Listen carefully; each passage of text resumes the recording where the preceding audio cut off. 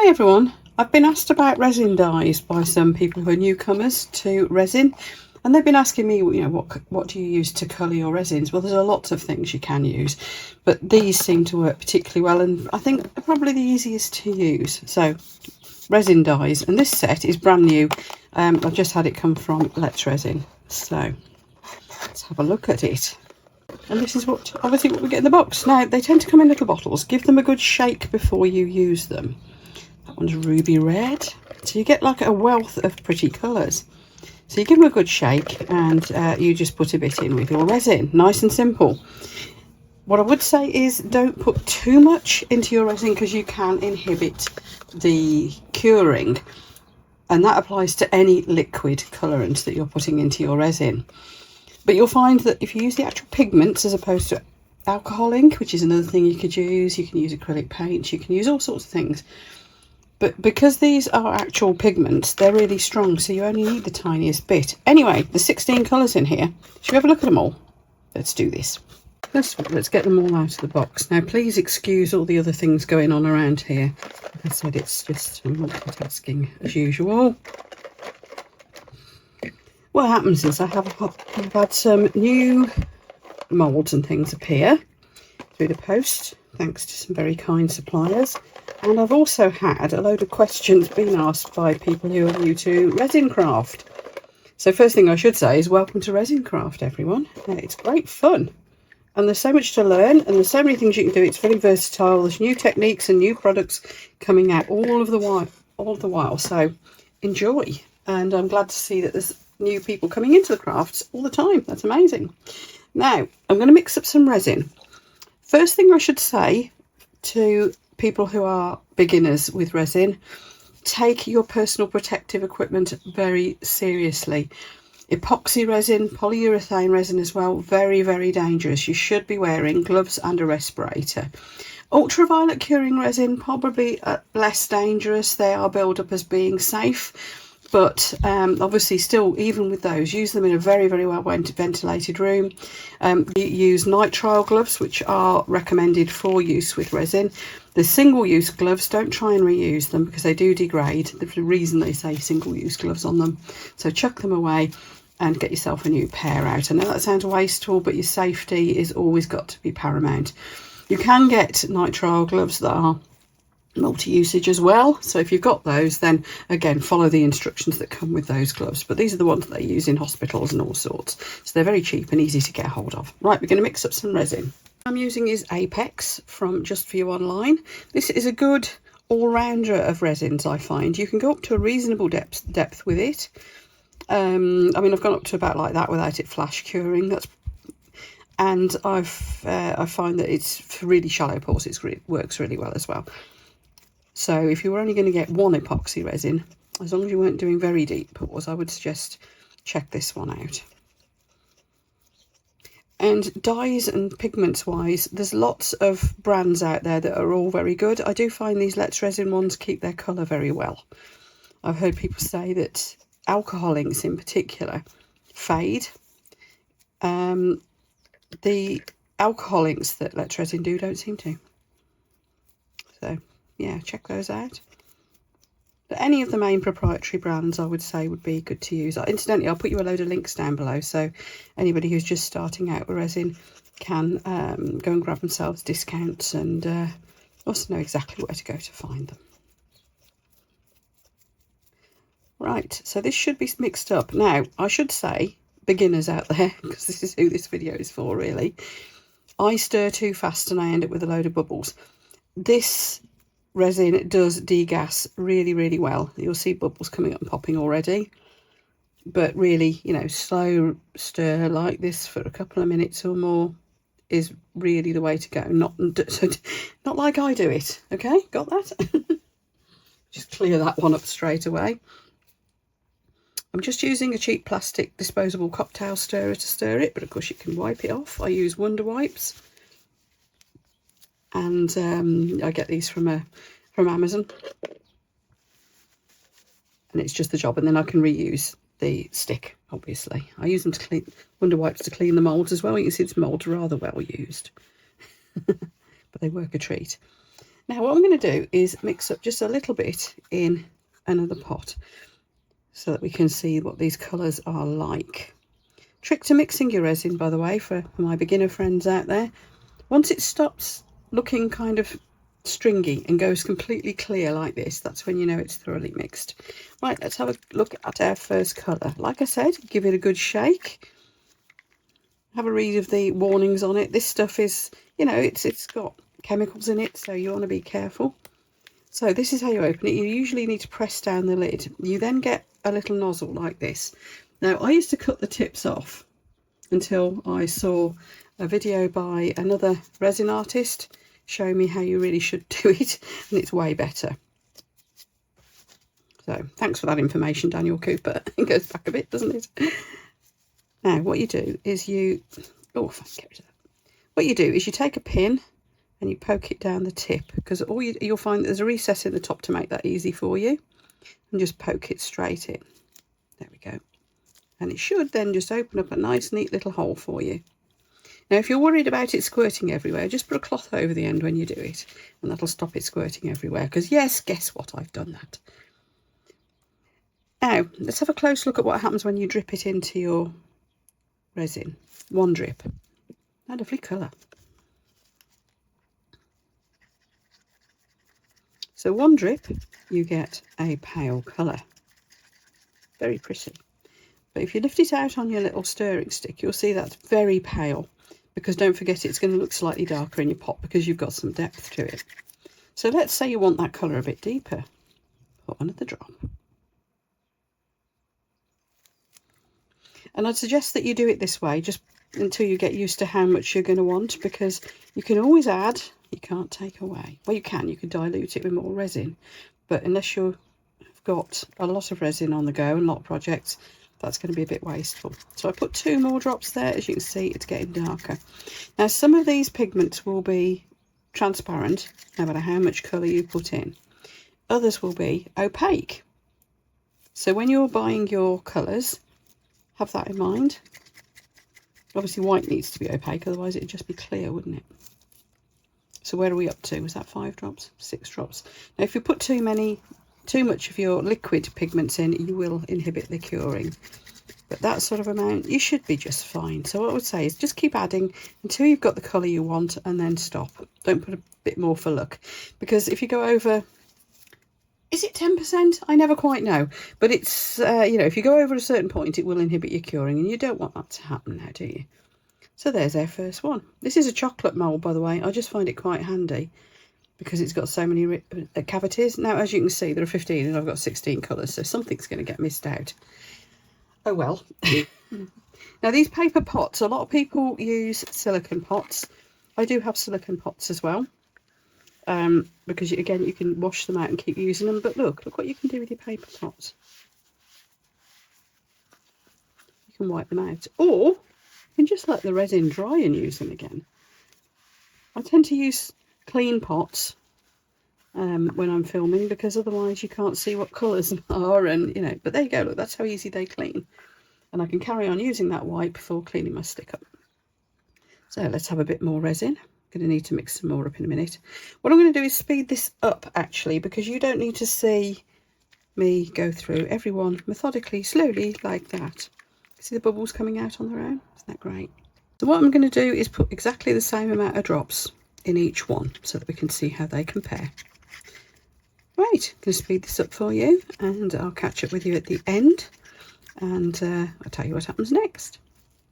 Colors collide, my imagination's wide, diving deep into a world I can't hide, resin flowing like a river of glass, crafting magic, watch the moments pass, mixing pigments, bringing life to my dreams, the canvas shimmers, oh, how it gleams, every stroke, a story untold, creating art that'll never grow old. Walking through the aisles, my heart starts to race.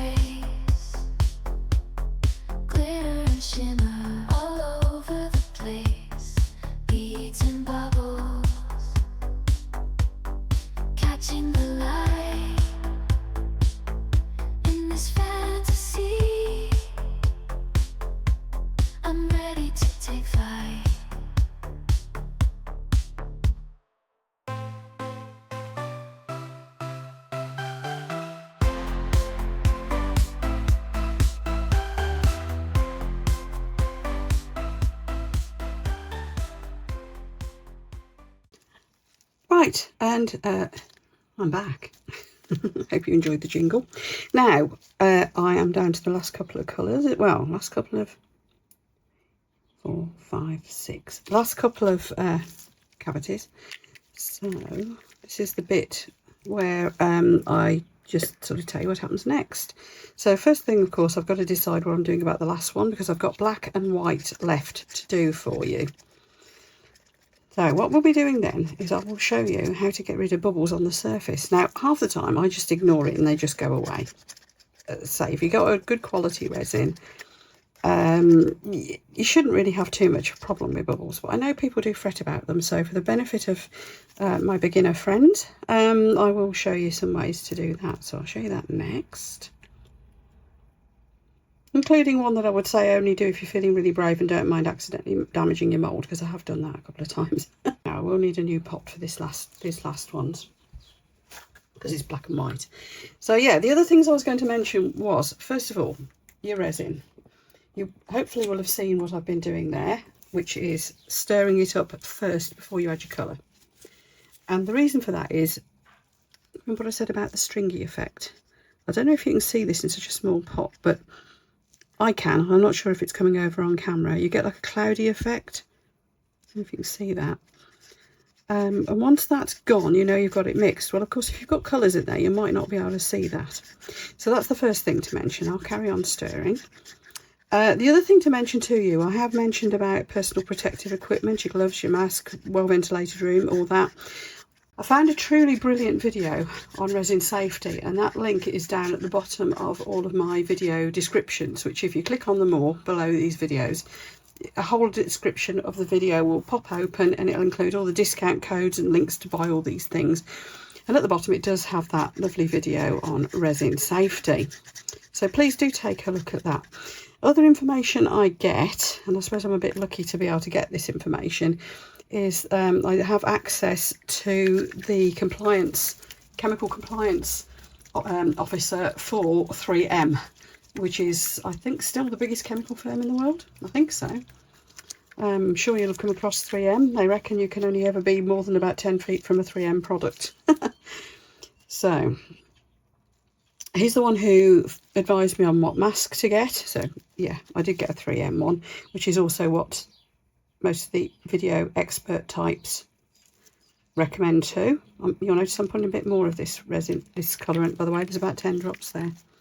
This is our white.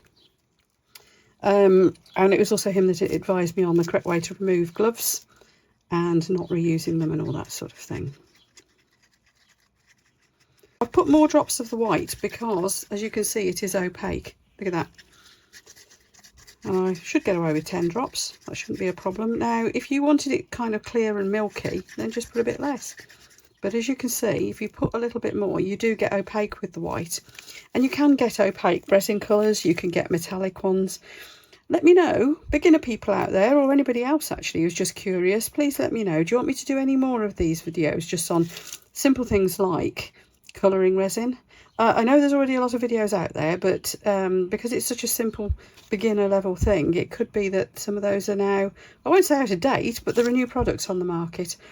So if there are more questions around colouring resins, just let me know, because I'm more than happy to just, you know, put more videos out for you on this sort of thing. It's the sort of thing I'm doing all the time anyway, so why not?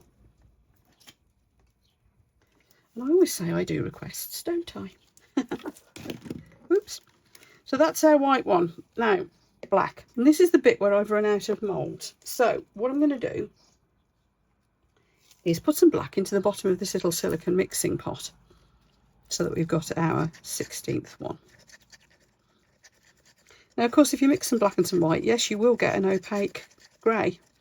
The other thing you can do, if you really want to, is any of these colours, obviously you'll get a lighter colour, but you could put a drop of white in with them, and that will make those opaque as well, or semi-opaque, but you will get a slightly lighter colour as a result. So let's have a look at the black. Now these sometimes are translucent and sometimes not. But let's see. 3, 4, 5, 6. Because I put 6 of all the others except for the white. So let's see how opaque 6 makes it. Yeah, so that's still a bit translucent. Now you could, like I've done with the white, put a few more drops in. So let's do that. Or if you want to get a really dark black and you're worried about putting too much, there we are, I think that was 4 of them. I think that's 10 or 11. Yeah, if you're worried about putting too much of your pigment in and you're thinking, oh, it might stop it from curing, try a pigment paste, because they're much more heavily pigmented, and so you therefore obviously use a little bit less. I use a pigment paste quite a lot, and it's one from Just For You online. You get a great big tub and it lasts forever.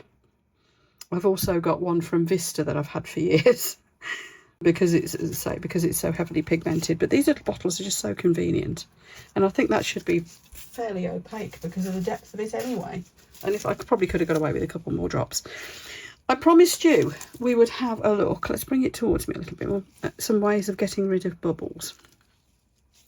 Now, possibly the most popular one first, and that's a long neck lighter, the sort you have for your kitchen. Now, your mould will take quite a lot of heat,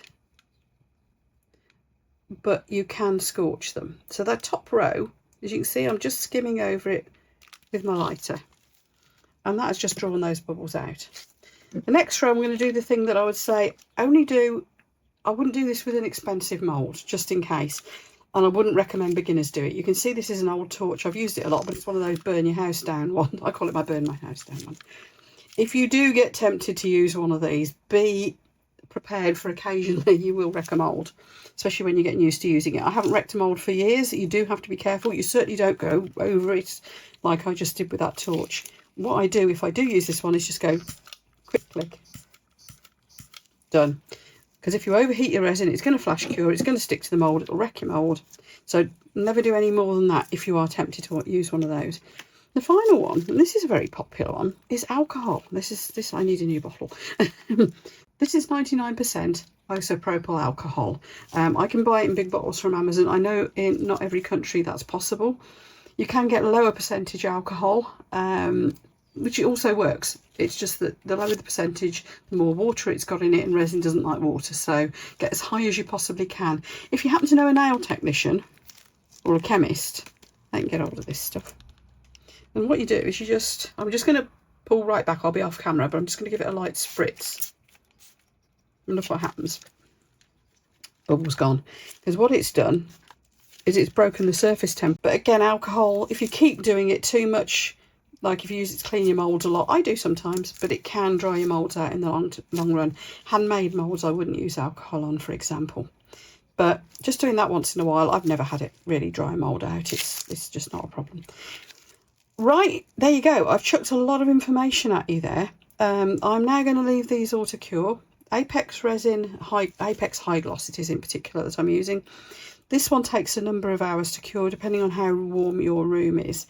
I would say they're probably not going to be cured for maybe 10 hours before I can demold them, bearing in mind the temperature of my room today. It can take up to 16 or so if your room is cold. I've known it cure and be rock hard in 4 when my bedroom, which is where I operate from, my spare bedroom, is particularly hot. So you'll have to just play it by ear depending on how warm your room is. Blimey, Tracy, get your words in order. Anyway, what I would say is leave it longer rather than shorter time, you know what I mean? Leave it overnight. What's an extra couple of hours when you're sleeping anyway? Does that make sense? Right, I'll see you when this is all cured and we'll get them all out. I've lined up all the little bottles in the order that I've done them so that we'll know what they are when I demold them. Okay, I'll see you later. Right, so they have all cured. Let me just get some better lighting going on here. We're going to have a look at them. Right. Let's see what we've got then. And I'll tell you what, let's put a piece of white on here so we can see what's what. Let's get a bit of my notepad paper. Okay, there we are, that'll do.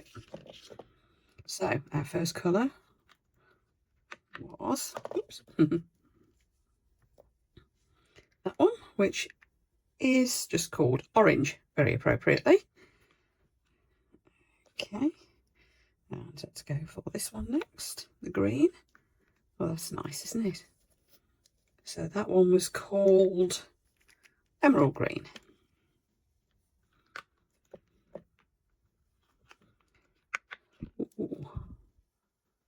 subtle, isn't it? Nice. That was caramel.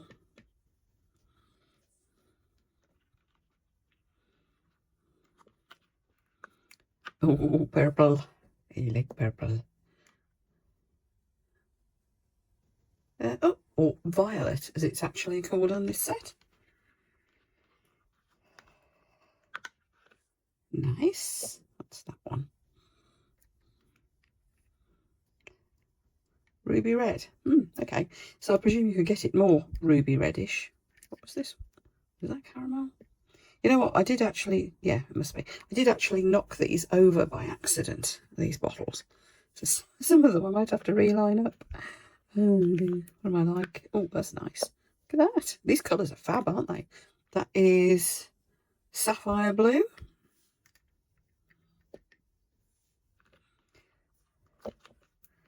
And that one was lemon yellow.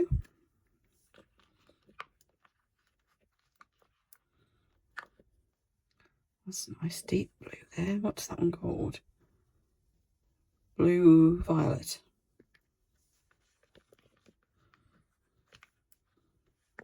That one must be sky blue. Yep. Knocking them over again. Oh, I need a bigger workspace.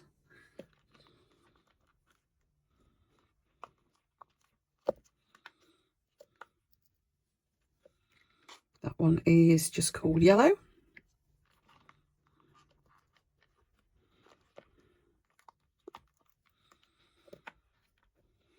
And that is light green.